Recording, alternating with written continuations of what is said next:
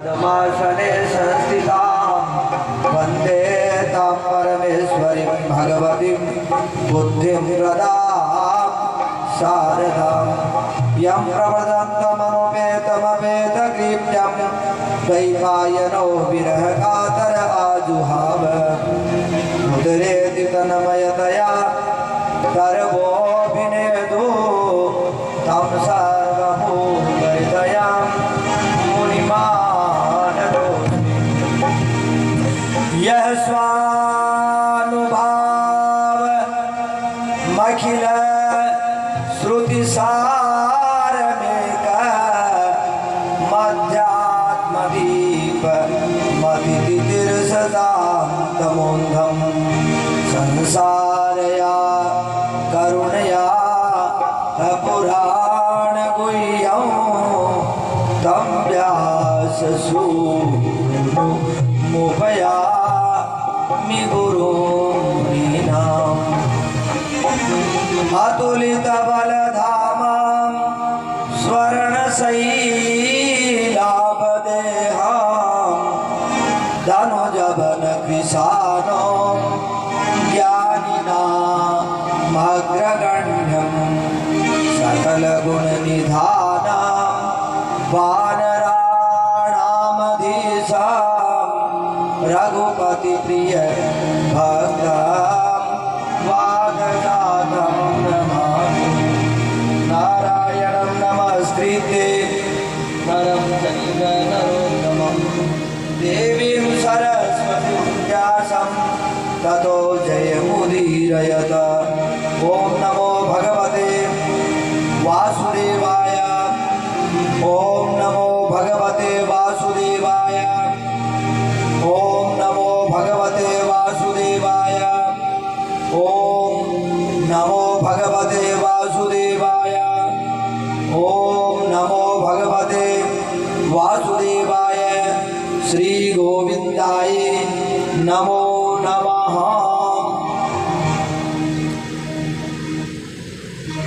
गोविंद जय जय गोपाल जय जय गोविंद श्री राधा रमण हरि गोविंद जय राधा रमण हरि गोविंद श्री गोविंद जय जय गोपाल जय जय गोविंद जय जय गोपाल राधा रमण हरि गोविंद राधा हरि गोविंद ब्रह्मा की जय जय विष्णु की जय जय ब्रह्मा की जय विष्णु की जय जय उमापति शिव शंकर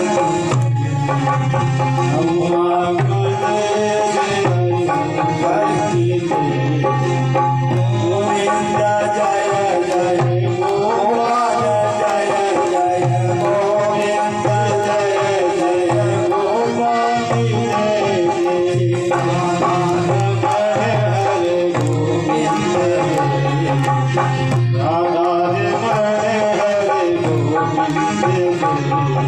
गंगा की जय जय यमुना की जय गंगा की जय यमुना की जय सरस्वती रमणी की जय सरस्वती रमणी गोविंद जय जय गोपाल जय जय गोविंद जय जय गोपाल जय जय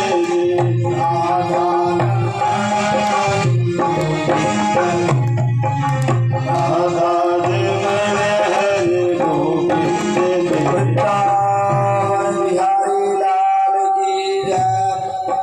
श्री कृष्णचंद्र भगवान की जय। श्री बालाजी महाराज की जय। श्री मोहनदास जी महाराज की जय। सुबह की पारी में आप लोगों ने श्रीमद् भागवत के इस तीसरे दिन में बड़ा ही उत्तम पवित्र चरित्र श्री प्रियव्रत महाराज के पुत्र भरत जी का चरित्र सुना।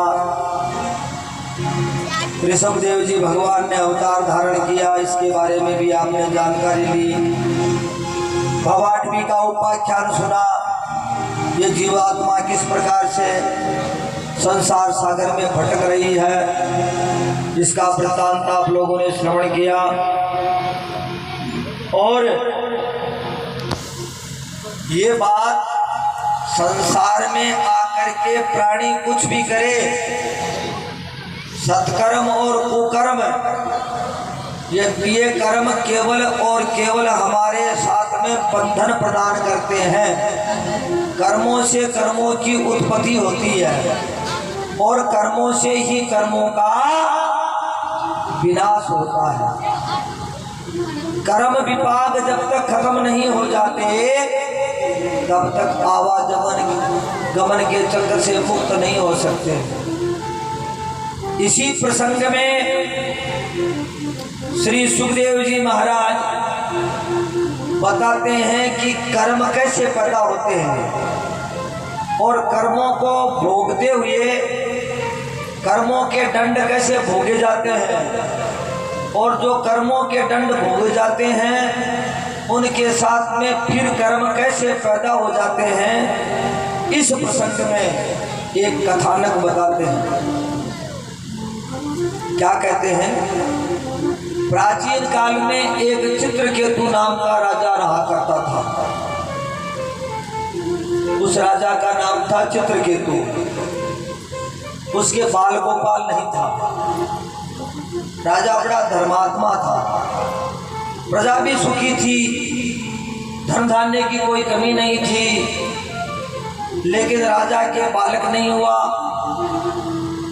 एक भ्रांति पैदा हो गई कि राजा निपुणता है। राजा के मन में वो हो गई, कहीं कोई कथा वार्ता हो रही थी, कोई लोग आपस में बात कर रहे थे कि जो बांझ होता है, बांझ का दर्शन अच्छा नहीं होता। बांझ किसे कहते हैं, जिसके संतान बिल्कुल ही नहीं हुई है। अब वो बांझ पुरुष है या स्त्री है, इसके बारे में कोई जानकारी नहीं हो सकती। पिछले जन्मों के कर्मों के प्रभाव से स्त्रियां 4 प्रकार की बांझ होती है। एक तो होती है अपुष्पा, जो कभी गर्भ को धारण ही नहीं कर सकती। एक होती है काकपुक्षा, मतलब एक बार ही उसने गर्भ धारण किया और वो भी नष्ट हो गया। एक होती है मृतार्भका, जो बच्चे होते तो हैं लेकिन जन्मते ही मतलब मरे हुए ही जन्मते हैं। और एक के पुत्र तो होते हैं लेकिन कुछ काल बाद में कोई 4 महीना का, 6 महीना का, 12 महीने का ऐसे होकर के मर जाते हैं। माता का दूध पीने से वो मर जाते हैं। वो मृतार्भका और मृतपुष्पा, ये 4 प्रकार की बंध्या होती है। तो बंध्या दोष पिछले जन्म के किए हुए कोई पाप कर्म के प्रभाव से बंध्या दोष होता है। सबके साथ में ऐसा नहीं होता। कुछ ऐसी माताएं हैं जिनके कन्या ही कन्या होती हैं, पुत्र की प्राप्ति नहीं हो पाती। होती तो है तो भी बहुत देरी से होती है। बहुत सारी कन्याओं के होने के बाद में पुत्र की प्राप्ति होती है। ये भी ऋणानुबंध है। ये भी पीछे के किए हुए कर्मों के प्रभाव से उनके ऋणानुबंध होता है। तो एक वो चित्रकेतु नाम का राजा, उसके बालक नहीं था, वो दुखी रहता है। एक दिन वो जंगल में निकल गया, कोई साधु महात्मा के चरणों में जाकर के गिर पड़ा। बोले, महाराज मेरे पुत्र नहीं है, मैं बड़ा अभागी हूँ। मेरे पर आप कृपा करो। उसने बहुत सारी रानियां ब्याह रखी थी। एक रानी से पुत्र नहीं हुआ तो रानी ने कहा आप दूसरा विवाह कर लो। ऐसे करते करते उसने बहुत सारी रानियों के साथ में विवाह कर लिया, परंतु बालक नहीं हुआ। तो राजा ने कहा कि मेरे में ही दोष है, मैं अभावग्रस्त हूँ, आप मेरे पर कोई कृपा करके मुझे पुत्र की प्राप्ति हो, ऐसी दया करो। वो यति था, राजा के नगर के कुछ दूरी पर ही रहता था, जंगल में। यति ने कहा राजन तुम दुखी मत हो, तुम्हें तो मानव देह मिली है, परमात्मा का भजन करके तुम अपना उद्धार करो। ये तुम्हारे पुत्र की प्राप्ति की इच्छा को छोड़ दो, क्योंकि तुम्हें पुत्र नहीं प्राप्त होगा, तुम्हें पुत्र का सुख 7 जन्म तक नहीं है।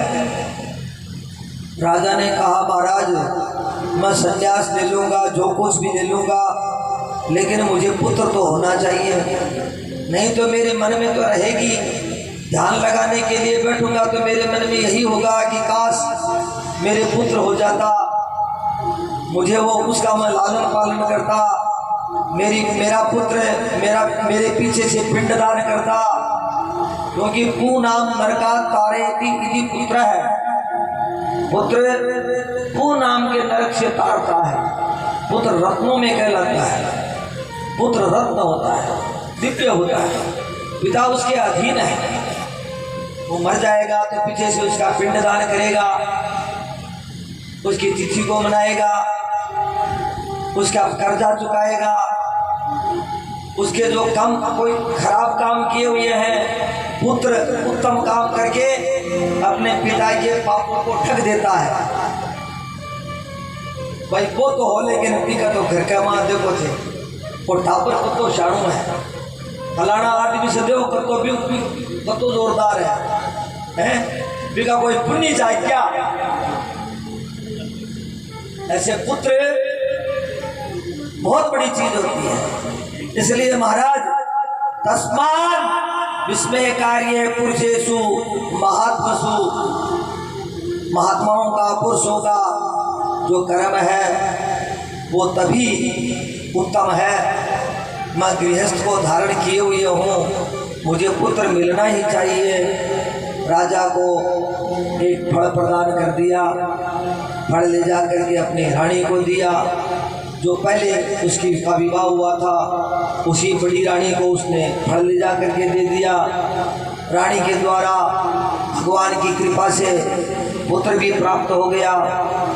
राजा के नगर में कोई भी उत्सव नहीं मनाते थे, विवाह है, शादी या कोई पुत्र आदि होता था तो भी कोई प्रकार का उत्सव गीत नाद कुछ भी नहीं होता था। राजा के घर में जिस दिन नगाड़े बजेंगे, राजा के घर में जिस दिन गीत गाए जाएंगे, उसी दिन हम अपनी खुशी मनाएंगे। प्रजावासी भी यही सब करते थे। तो अब तो पूरे नगर में उत्सव मनाने लग गए। राजा ने खजाना खोल दिया, जिसको जो चाहे सो लो, बाजार को मुक्त कर दिया। इस प्रकार से राजा के यहाँ नित्य आनंद ही आनंद है, मंगल ही मंगल गाए जा रहे हैं। और उस रानी की तो नारायण बहुत बड़ी बढ़ाई होती है, पुत्रवती है, इसलिए उसका तो बहुत मान सम्मान करते हैं। एक दिन की बात है, रानियों ने आपस में बैठ करके कहा कि देखो ये कितना अभिमान करती है और इसके पुत्र हो गया तो इसका तो बहुत बड़ा मान हो रहा है, और हम लोग तो ऐसे ही बिना पुत्र की हैं। एक काम करना चाहिए, इसके पुत्र को मार डालना चाहिए। ऐसा करने से ये भी हमारे बराबर हो जाएगी। सो उन सब ने मिलकर के और एक योजना बनाई। वो बालक प्रतिदिन दूध पान किया करता था, रात्रि काल में बड़ा हो गया, 4-5 वर्ष का बालक है, खेलता भी है। उस बालक को रात्रि काल में दासी को बहुत सारे उपहार दे करके और उस बालक को विष पान करा दिया, दूध में विष दे दिया। बालक ने विष पान कर लिया, सो गया वो तो सदा के लिए। सुबह बालक नहीं उठा, जगाने के लिए दासी दास गए, रानी ने संभाला तो पुत्र तो है ही नहीं, पुत्र तो चला गया है। वो वहीं मूर्छित होकर के नारायण गिर पड़ती है। आप लोग थोड़ा आगे आगे सरक जाओ, बैठ जाओ, पीछे आने वालों को जगह मिल जाएगी।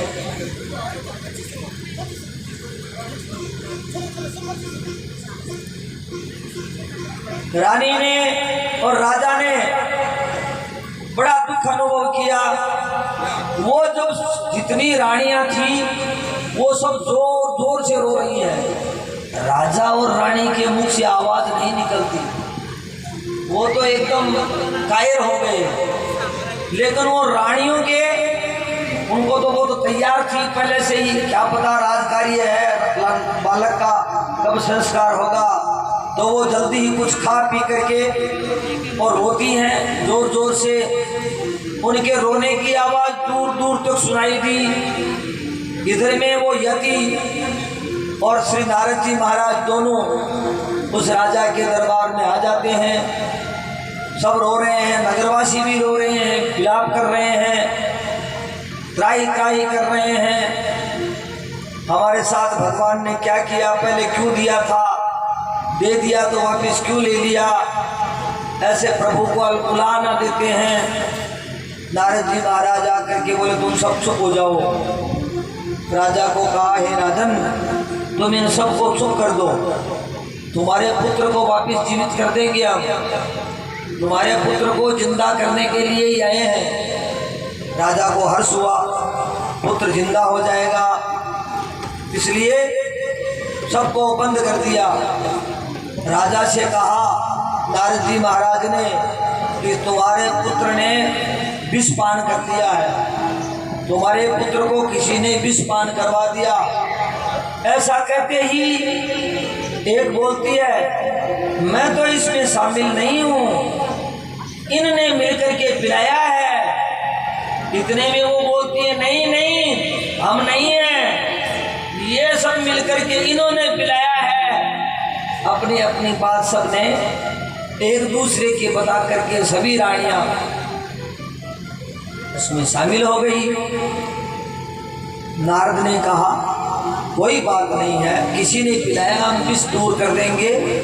जीवात्मा को बुलाया, जीवात्मा से कहते हैं, हे जीवात्मा, देख तुम्हारे माँ बाप, तुम्हारे नगरवासी और जिन रानियों ने तुम्हें विष प्रदान किया था, वे भी कितनी जोर जोर से रो रही हैं, कितने दुखी हैं। मैं तुम्हारे शरीर का विष उतार देता हूँ और तुम वापिस देह को प्राप्त हो। तब वो जीवात्मा कहती है कि हे नारद, मेरे ये माता पिता नहीं है और न ही मैं इनका पुत्र हूँ। मैं तो अपने कर्मों का भोग भोगने के लिए आया हुआ था, वो मैंने भोग लिया। ये जितनी रानियां हैं ना, इतनी रानियों के पुत्रों को मैंने अकेले ने विष दे करके मारा था।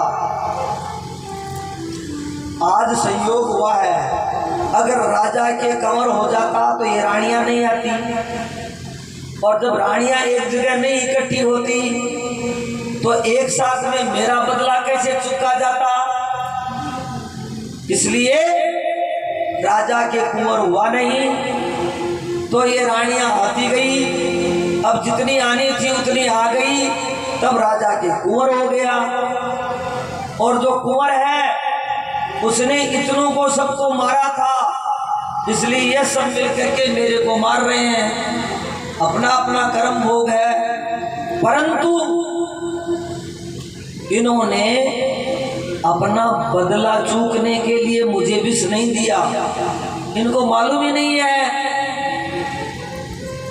कि हम अब इसका बदला चूकने के लिए इसको विष प्रदान करती हैं। ये तो रानी से ईर्ष्या करके विष दे रही है। ध्यान देने की बात है। कर्म कैसे पैदा होता है? कर्म होता है और कर्म पैदा होता है। इन रानियों को ये मालूम नहीं है कि मैं इनका दुश्मन हूं और मुझे इनको विष दे रही है। वो तो रानी को दुश्मन बना रही है, जबकि रानी इनकी दुश्मन नहीं है। इसलिए ये रानी इन सब के पुत्रों को मारेगी। इन्होंने मिलकर के इस रानी के पुत्र को मारा, राजा के पुत्र को मारा, राजकमर को मारा। इतनी प्रजा है उसके, जो राजकुमार है उसको मारा। इसने अपराध एक का नहीं किया, बहुतों का अपराध किया। तो उन सब का अपराध इनको चूकने के लिए जन्म लेना पड़ेगा। ये मेरा अपराध जो है उसको नहीं चूका है, इसका तो इनको ध्यान ही नहीं है कि हम इनको मारे। ये तो रानी से ईर्ष्या की है और ईर्ष्या सर्वनाश का कारण होती है। इसलिए महाराज, मैं क्या पता कितनी बार इस राजा का बेटा बना हूँ, कितनी बार ये राजा मेरा बेटा बना है, कितनी बार मैं इसका सेवक बना हूँ, कितनी बार इसका घोड़ा बना हूँ, कितनी बार ये मेरा घोड़ा बना है। आपस में ऋणानुबंध है,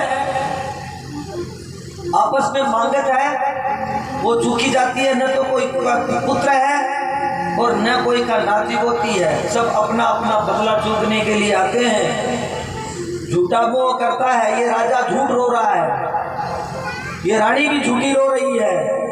मैं इनका पुत्र नहीं हूँ, कभी ये भी मेरे पुत्र थे। ये तो आपस का बदला चूकने के लिए संसार सागर में आते हैं। राजा को ज्ञान हो गया।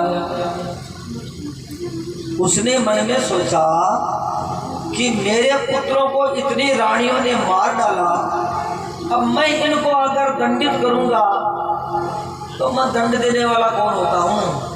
दंड देने वाला तो ऊपर वाला परमात्मा है।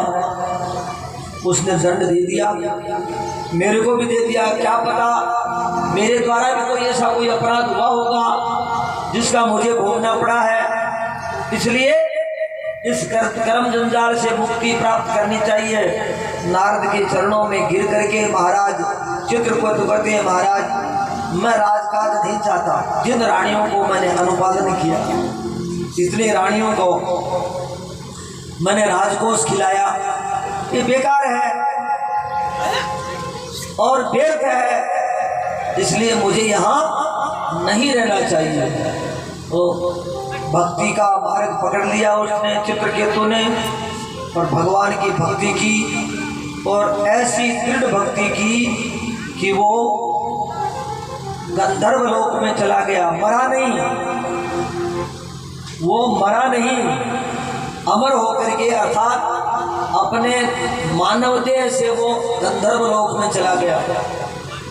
अब गंधर्वों के पास तो मनुष्य शरीर है नहीं, केवल चित्रकेतु के पास मनुष्य शरीर है। उस मनुष्य शरीर के कारण वो ज़्यादा उसमें बड़ाई है, उसमें अभिमान है। वो चित्रकेतु नाम का राजा फिर कर्म होते हैं, कर्म से मुक्त हो रहा है, लेकिन संगति कभी न कभी कोई न कोई काम फिर करा देती है। इतना सावधान होते हुए भी राजा चित्रकेतु एक बार देवताओं की सभा थी, वहाँ भगवान शंकर आए हुए थे। शंकर भगवान पार्वती को अपनी गोद में बिठाए हुए थे और उसका आलिंगन कर रहे थे, उसका लाड प्यार कर रहे थे। और ये चित्रकेतु को अच्छा नहीं लगा। अपनी पत्नी को समाज के बीच में बैठ करके उसका लाड प्यार करना ये उचित नहीं है। तो उसने कह दिया कि देखो ये उचित नहीं है, ये सभ्यता नहीं है, ये बुद्ध भावन है, भगवान शंकर है, भला ये पार्वती का लाड कर रहे हैं और हम सब के बीच में ये अभद्र है, ये प्रतिकूल है, ये अच्छा नहीं है, ये मुझे तो अच्छा नहीं लगा। तब भवानी ने श्राप दे दिया। अरे दुष्ट, तुम्हें क्या मालूम है, हमारा जो भगवान शंकर मेरा जो लाड प्यार कर रहे हैं वो कोई लौकिक सांसारिक स्त्रियों और पुरुष जो लाड प्यार करते हैं वैसे थोड़ी करते हैं। मेरी ये पूजन कर रहे हैं, मेरा ये ध्यान कर रहे हैं, ये अपनी लीनता में है, तुम इसको नहीं जानते, इसलिए जाओ तुम महाभयानक राक्षस हो जाओ। तुम्हारे मन में बड़ा अभिमान हो गया है कि मैं विद्याधर बन गया, मानव देह धारण करके मैं विद्याधर बन गया, ये तुम्हारे मन में बड़ा अभिमान हो गया। जा तुम राक्षस बन जाओ। वो राक्षस बन गया। कौन सा राक्षस बना? वृत्रासुर नाम का राक्षस बना, महाभयानक वृत्रासुर नाम का राक्षस बना। और क्यों बना? भगवान की माया अपार है, भगवान को उसकी जरूरत थी, इसलिए वृत्रासुर बना। कैसे बना? देवता और दानव, देवता लोग स्वर्ग में रहते हैं, दानव लोग पृथ्वी पर रहते हैं, और देवता लोग उनको चिढ़ाते हैं, उनसे ईर्ष्या करते हैं। तो दानवों में कई दानव श्रेष्ठ होते हैं, भक्ति भी करते हैं। तो उस समय प्रहलाद, जो इसका चरित्र तो बाद में आएगा, लेकिन ये हिरण्यकशिपु को तो हिरण्याक्ष को तो मार दिया।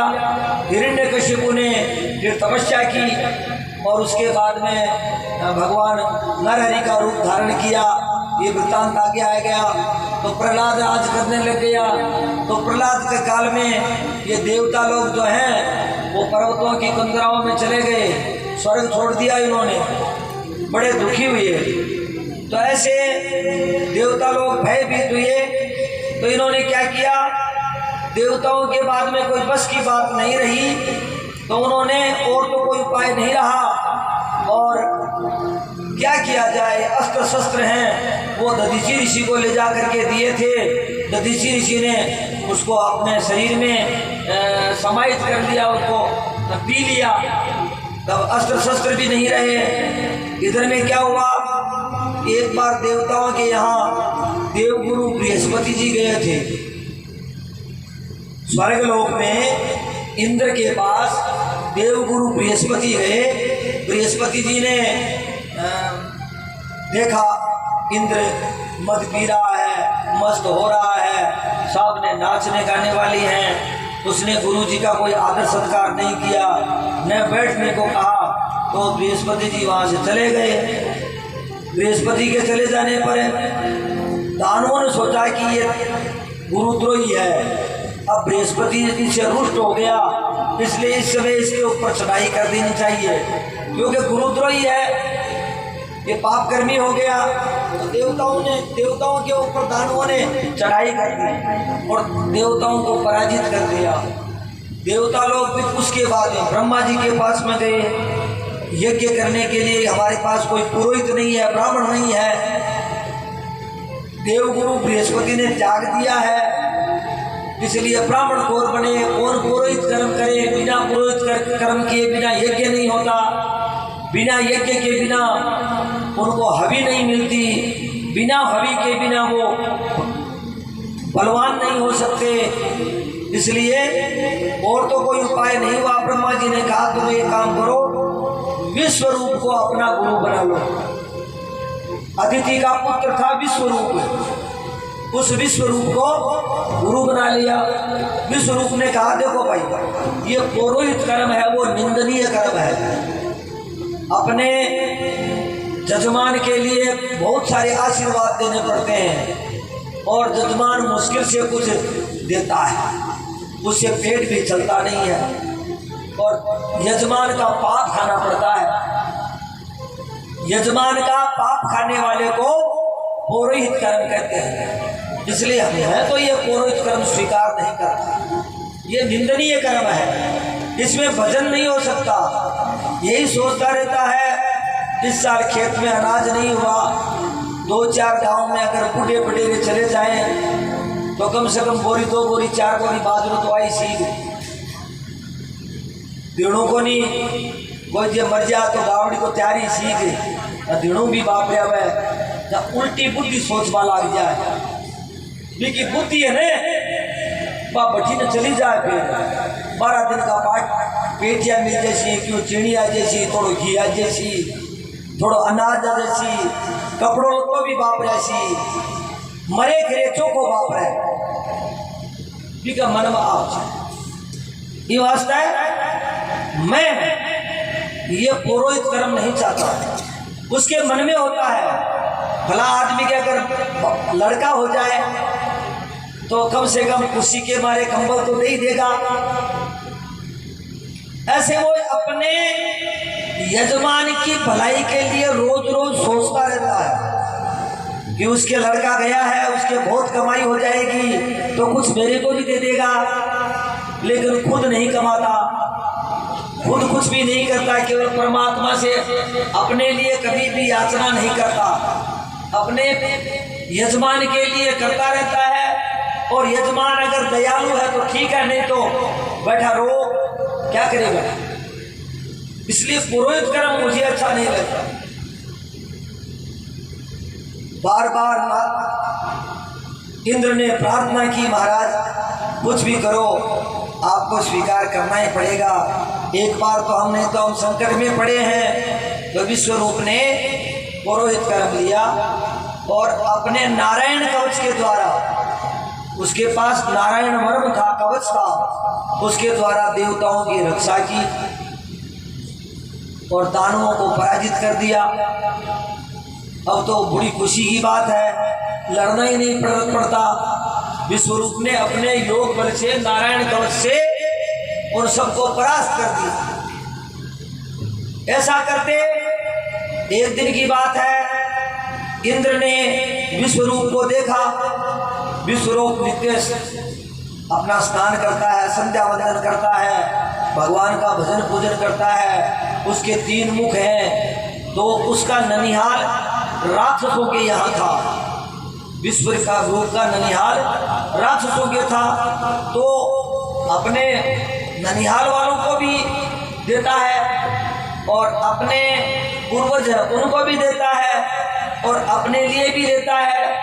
तो ननिहाल वालों के लिए वो भाग प्रदान करता है पूजा का। तब इंद्र ने सोचा कि ये इसके ननिहाल वाले राक्षस हैं, कभी संयोग से अगर कोई ननिहाल वालों ने इसको बता दिया तो ये तो बड़ा ताकतवर है, इसके पास तो नारायण कवच है, और ये असुरों के तरफ चला गया तो फिर तो बड़ी मुश्किल हो जाएगी।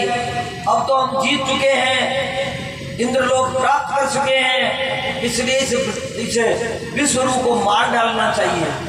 तो विश्वरूप के 3 सिर उतार दिए।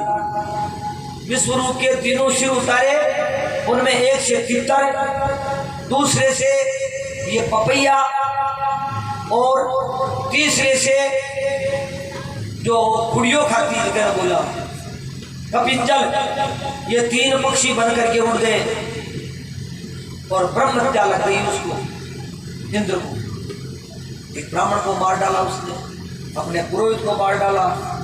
अब ब्रह्म हत्या भयंकर रूप धारण करके इंद्र का पीछा किया और सब जगह भगवान विष्णु के पास, ब्रह्मा के पास, शिव के पास, ऋषि महर्षियों के पास, सबके पास जाकर के कहा मुझे बचाओ। अब ब्रह्म हत्या से कौन बचाए। इंद्र ने, नारद जी ने कहा तुम एक काम करो, इसके 4 भाग कर दो और बांट दो। तो इंद्र के 4 अनुयायी हैं, उन 4 को बांट दिया। एक तो पृथ्वी को, पहला भाग पृथ्वी को प्रदान किया, दूसरा भाग जल को प्रदान किया, तीसरा भाग पेड़ को तो जो वनस्पति है उसको प्रदान किया, और चौथा भाग स्त्री जाति को प्रदान किया। पृथ्वी में आजकल तो देखने का कमी मिला है, मरगो जात का निकला है उन्याले में। शिवा के मायने फोगड़ा की माँ जना में और मैं मरगोजा निकला करता, बताता होता मैं फूल जा रहा होता। तो ये मरगोजा जो है ये ब्रह्म हत्या है, पृथ्वी में से मरगोजा निकलता है। और जल में बहते हुए जल में ऊपर सफेद सफेद झाग आता है, वो उसकी ब्रह्म हत्या है। वनस्पति में जो पेड़ खड़ा है, सूख गया है और उसके बाद में सफेद सफेद निकल करके बरसात में वो बढ़ता जाता है। लेकिन आप कंफोड़ खाके कंफोड़ी का तावला अता बताओ जाओ सवा का मानव तेल घेर करके मसाले को काम में दियो जातो पंफोड़ ये सब। और स्त्री जाति में पहले स्त्रियां हैं, उनके ये परेशानी नहीं हुआ करती थी, तो ये प्रतिमास उनको जो है ये ब्रह्म हत्या प्राप्त होती है, इसलिए उसको अपवित्रता प्राप्त हो जाती है। और काशी का पात्र है, ताम्र का पात्र है और यज्ञोपवीत को धारण करने वाले हैं, उनका स्पर्श करने में दोष बताया गया है। ऐसा ये 4 भागों में उनको बांट दिया।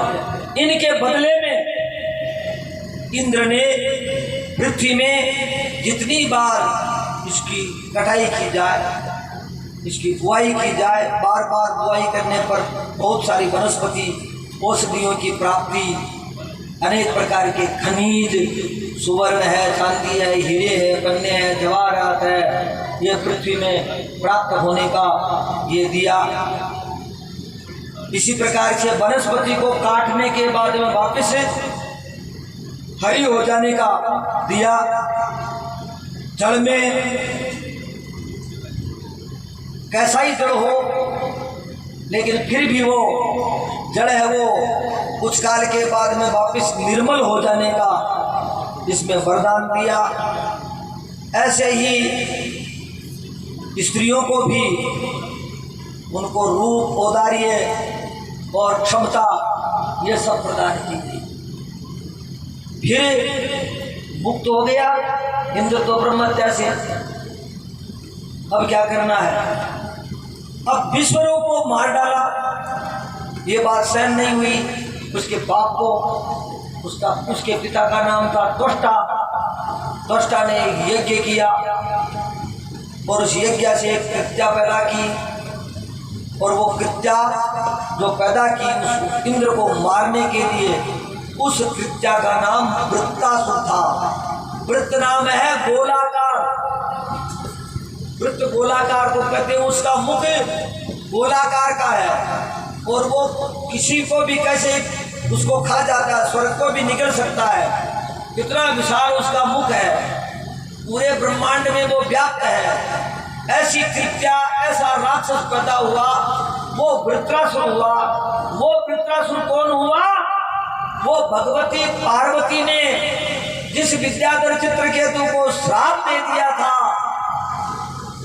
कि तुम महाभयानक राक्षस हो जाओ, वो राक्षस, वो कृत्या बना, वो वृत्रासुर नाम का राक्षस बना।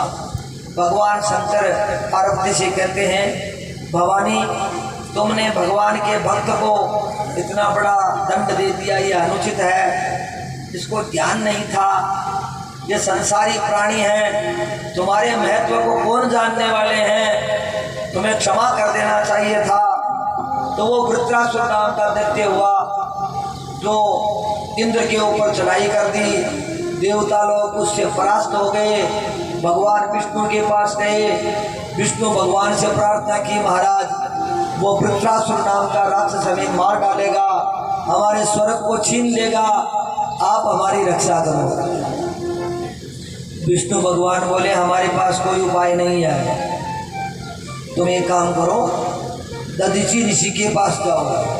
जितने भी अस्त्र शस्त्र हैं वो सब दधीची ने उसका सार लेकर के मधु विद्या के माध्यम से अपने शरीर में निगल लिया है, प्राप्त कर लिया है। इसलिए कोई उपाय नहीं है। दधीची ऋषि की हड्डियों में वो सब अस्त्र शस्त्र विद्यमान है।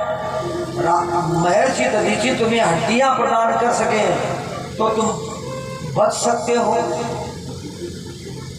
इंद्रादि लोकपाल, दिक्पाल ऋषि महर्षि ब्रह्मा आदि सब मिलकर के दधीची के आश्रम में नैमिषारण्य क्षेत्र में जाकर के उनसे प्रार्थना करते हैं। वही दधीची ऋषि हैं जिन दधीची ऋषि का दक्ष प्रजापति के यज्ञ में निरादर कर दिया गया था कि तुम जाओ भले, हमें तुम्हारी आवश्यकता नहीं है, तुम्हें शिव जी की ज्यादा लगी हुई है, जाओ, अगर तुम्हें रहना तो रहो, नहीं तो जाओ, हम तुम्हारे कहने से भगवान शंकर को नहीं बुलाएंगे। तब दधीची ऋषि वहां से चले गए थे। उन्हीं दधीची ऋषि के पास में वो सभी देवता आते हैं, आकर के प्रार्थना करते हैं। दधीची ऋषि मन में सोचते हैं, उनका आदर सत्कार करते हैं और कहते हैं देखो भाई, देह सबको प्यारी है, आप लोगों को भी अपनी देह प्यारी है, इसलिए यहाँ आए हो। लेकिन एक इंद्र ने अपराध किया, इसका प्रतिफल पूरा त्रिलोकी भोग रहा है। यह वृत्रासुर पूरे त्रिलोकी का विनाश कर देगा, इसलिए यह ठीक नहीं है, इससे बचाना चाहिए। अपराध इंद्र करता है और परेशानी सबको होनी पड़ती है। ऐसा इंद्र को नहीं करना चाहिए था। क्यों किया ऐसा? क्यों पाखंड करता है? क्यों लड़ाई झगड़ा करता है? क्यों ईर्ष्या द्वेष करता है? स्वर्ग में कोई प्रकार की कमी है क्या? अरे भाई, तुम सभी कश्यप के पुत्र हो, तुम सभी तो स्वर्ग में रह सकते हो, फिर दानवों को क्यों नहीं रहने देते? वो तुम्हारे भाई हैं, तुम उनसे द्रोह करते हो। और इसी कारण से इस सृष्टि में ये विष उड़ गया है। आपस में सब लड़ते झगड़ते रहेंगे, भाई भाई लड़ते आए हैं, आगे भी लड़ेंगे। ये तुम्हारे कारण से है और केवल इंद्र के कारण है। फिर भी मैं त्रिलोकी के उद्धार के लिए, त्रिलोकी के कल्याण के लिए मैं अपने शरीर को तुम्हें प्रदान करता हूँ। ऐसा कह करके दधीची ऋषि योग बल से अपने इस शरीर को वहीं छोड़ दिया और दिव्य योग पथ में चले गए। लेकिन उसके बावजूद भी दधीची ऋषि के कोई हाथ नहीं लगा सकता।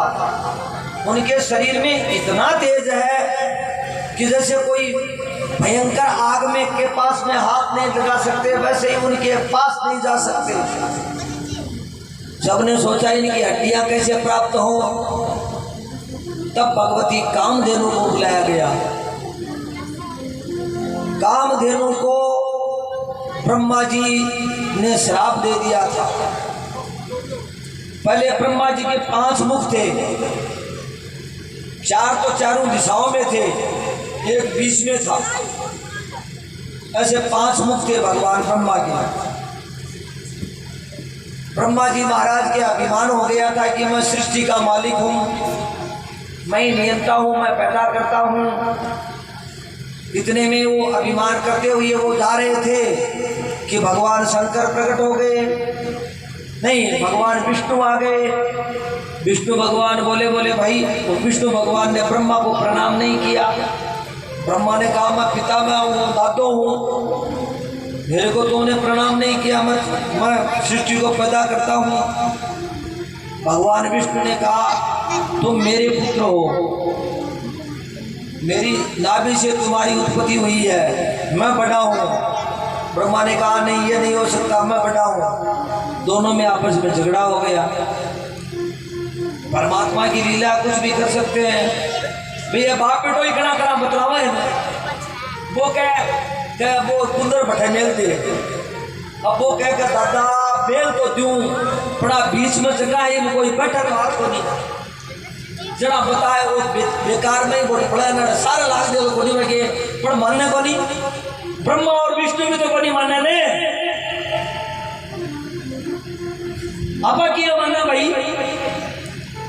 अब वो आपस में लड़ रहे थे, लड़ते लड़ते आपस में हथियार उठाने की तैयारी हो गई। ब्रह्मा ने अपना दंड संभाला, भगवान विष्णु ने अपना चक्र संभाला। तब तक एक बीच में स्तंभ खड़ा हो गया। एक विशाल स्तंभ खड़ा हो गया और भगवान शंकर आए, आकर के बोले भाई तुम क्यों लड़ रहे हो? ब्रह्मा ने कहा मैं बड़ा हूं, विष्णु ने कहा मैं बड़ा हूं, इसका कौन करे? हमारे में से कौन बड़ा है, इसके बारे में कौन बता सकता है? शंकर भगवान ने कहा और तो कोई उपाय नहीं है, मैं अगर तुममें से एक को बता दूं कि ये बड़ा है तो दूसरा मेरे से शत्रुता करेगा। मैं एक बात बताऊं, ये जो स्तंभ खड़ा है, ये खंबा खड़ा है, इसका अंतिम छोर, इसका नाका जो है उसके पास जाकर के उसके बारे में बता दे, वही बड़ा है। ब्रह्मा ने सोचा धरती में तो कहाँ खोदता जाऊंगा और कहाँ से मिलेगा, ऊपर तो नाका है ही। ब्रह्मा बोले मैं तो ऊपर जा देख रहा हूँ। अच्छा ऊपर चले जाओ। विष्णु भगवान को जाना था या न जाना था, ब्रह्मा ऊपर चले गए हंस पर आरूढ़ होकर के। ज्यों ज्यों ऊपर जाते हैं त्यों त्यों वो खंबा ऊंचा होता जाता है, उसका पारावार नहीं है। ब्रह्मा जी थक गए। हंस बोला मेरे से तो इतना ही उड़ान भरी जाएगी। ब्रह्मा ने कहा कोई बात नहीं है, ये क्या हो सकता है, ये भगवान का ये शिवलिंग है और शिवलिंग बड़ा हुआ है। अरे इसकी तो क्या बात है, बता देंगे। शिवलिंग के ऊपर क्या क्या चढ़ता है? शिवलिंग के ऊपर गाय का दूध चढ़ता है, पुष्प चढ़ते हैं। तो गाय को बुला लिया कामधेनु को, और केतकी नाम के पुष्प केतक को बुला लिया, और दोनों को बुला करके बोला कि तुम्हें मेरी साथ भरनी पड़ेगी कि ब्रह्मा जी आए थे और हमें देखा। गाय बोली मैं कैसे बोल सकता हूँ, मैं तो ये नहीं कर सकता। वो नहीं करोगे तो मैं तुम्हें श्राप दे दूंगा। अपने माँ बाप के लिए झूठ बोलने में क्या दोष है? मैं कह रहा हूँ उस दोष का भागी तो मैं हूँगा, तुम्हें क्या है? तो केतक को भी कह दिया और गाय को भी कह दिया। दोनों ने भयभीत होकर के नहीं माने, तो दोनों ने हाँ भर ली।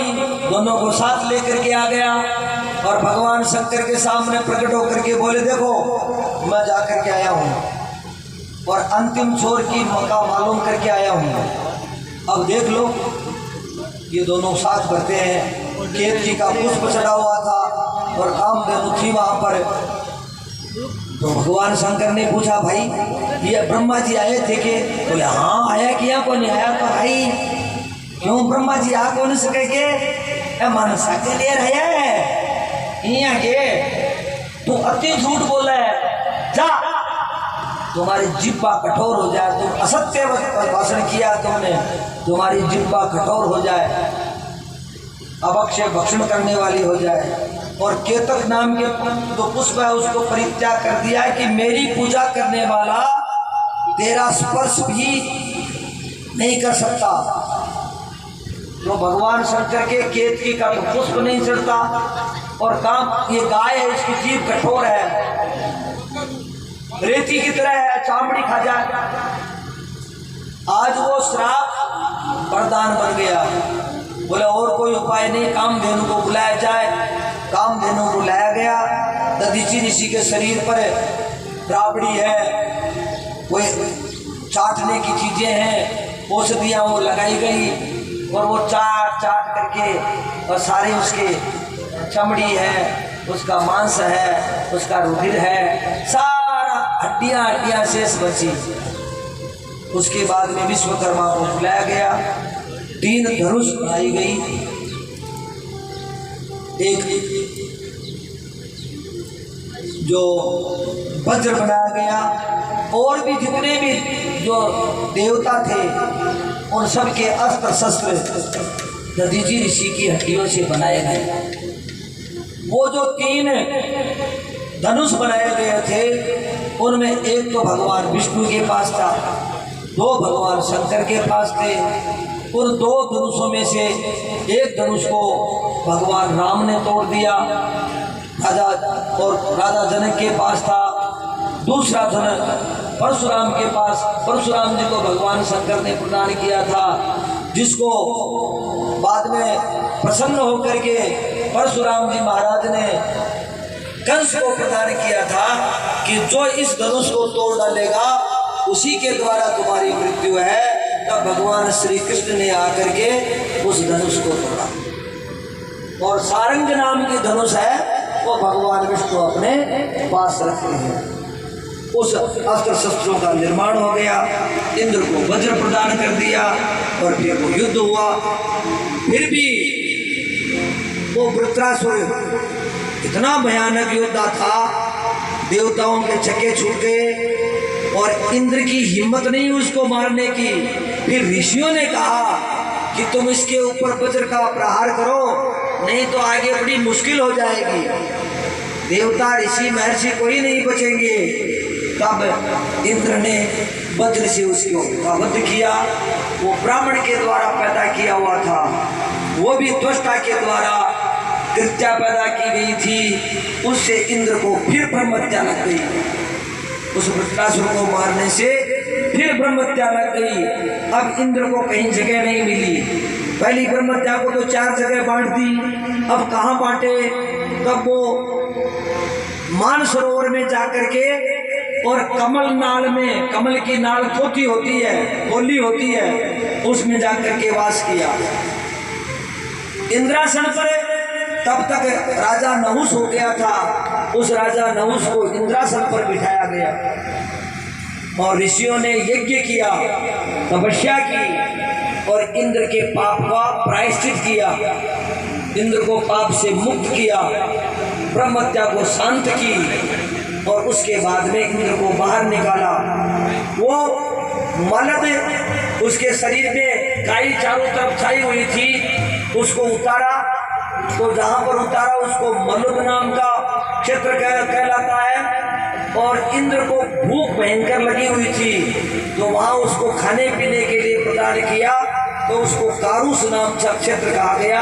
ये मध्य प्रदेश में है। कुछ एक भाग अब आजकल है वो मध्य प्रदेश के भी 2 भाग कर दिए गए हैं, इसलिए छत्तीसगढ़ में भी आ जाता है। ये दंडकारण्य के प्रसंग में है, वहाँ सदैव हरियाली रहती है। इंद्र ने उस जगह को वरदान दिया था। इस प्रकार से कर्मों के द्वारा कर्मों की उत्पत्ति कैसे होती है, ये श्री सुखदेव जी महाराज इस कथा के माध्यम से बताते हैं। एक कर्म करते हैं, दूसरा कर्म पैदा होता है, और इतना ही नहीं, आने वाली पीढ़ी को भी उन कर्मों के प्रभाव से भोगना पड़ता है। देवता और दानव दोनों भाई भाई हैं, एक ही पिता के पुत्र हैं, आराम से शांति से रहने पर आनंद ही आनंद है, कोई चीज की कमी नहीं है।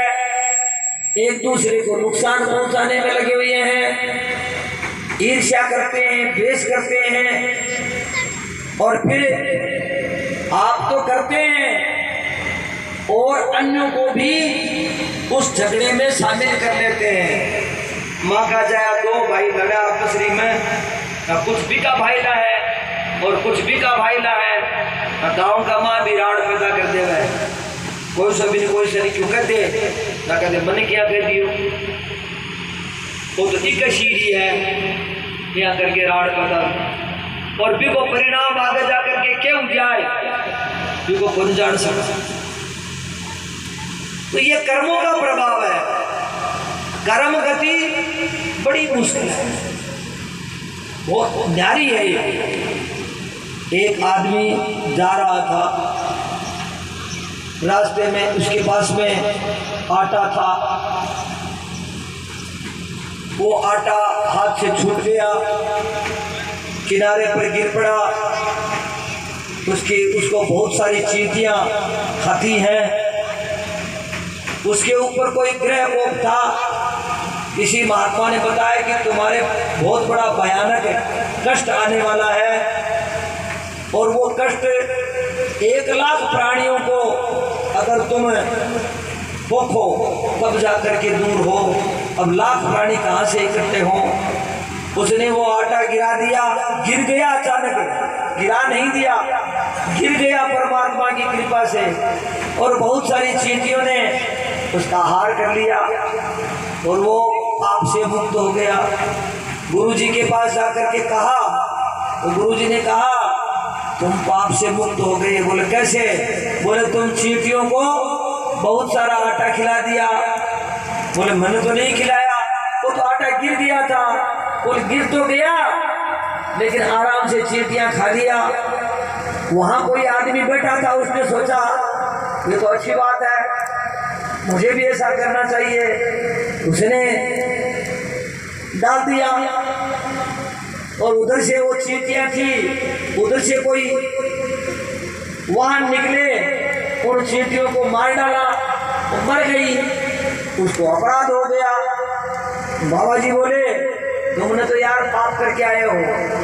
बोलो वो कैसे? गुरुजी मैं तो अनाज डाल कर आया हूँ चींटियों को। अरे डाल करके आए हो, रास्ते में डाल दिया। अब रास्ते में वहां से गुजरने वाले जो प्राणी हैं उनके द्वारा चींटियों की हत्या हो गई। इस हत्या के तो तुम ही हो।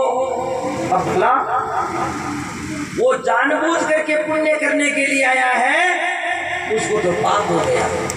जो पापात्मा है उसके संयोग से आटा गिर गया तो उससे पुण्य हो गया। क्या कहे? जीवात्माओं का जो आशीर्वाद है, किसी प्राणी का आशीर्वाद मिल जाए, सबसे बड़ी बात यह है। अष्टादश पुराणेषु व्यासस्य वचनं द्वयं परोपकाराय पुण्याय पापाय परपीडनम्। परहित सरिस धर्म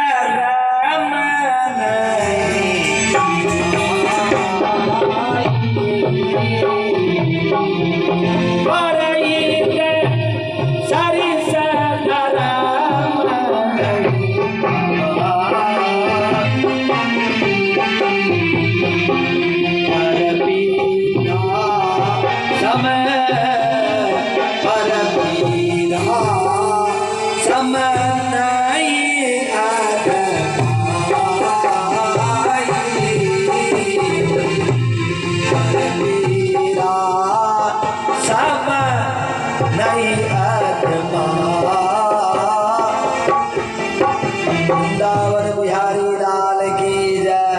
परोपकाराय पुण्याय पापाय परपीडनम्।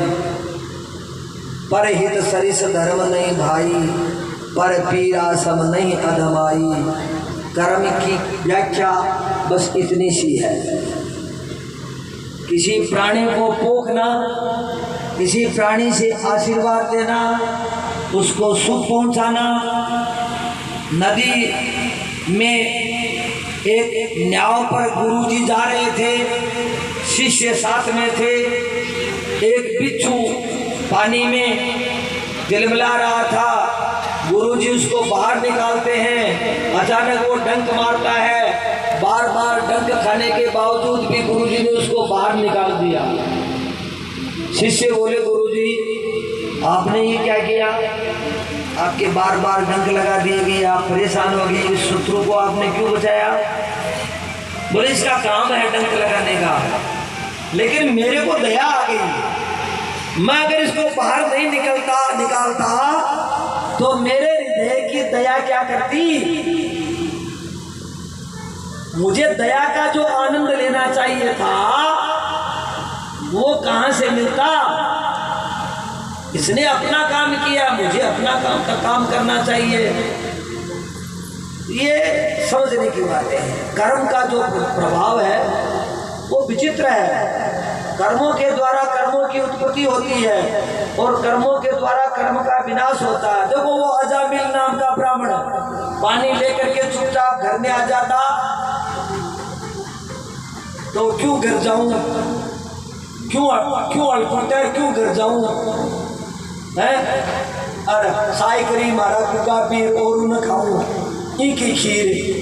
देखो वो कर्मा कोई तो प्रभाव है ना। कर्म नेत्रों के द्वारा हम कर्म करने के लिए तो जाते हैं, लेकिन हमारे नेत्र, हमारे कान ये दूसरे कर्मों को पैदा करने का काम भी करते हैं। हम जा रहे हैं रास्ते में, किसी चीज को देख करके, किसी विषय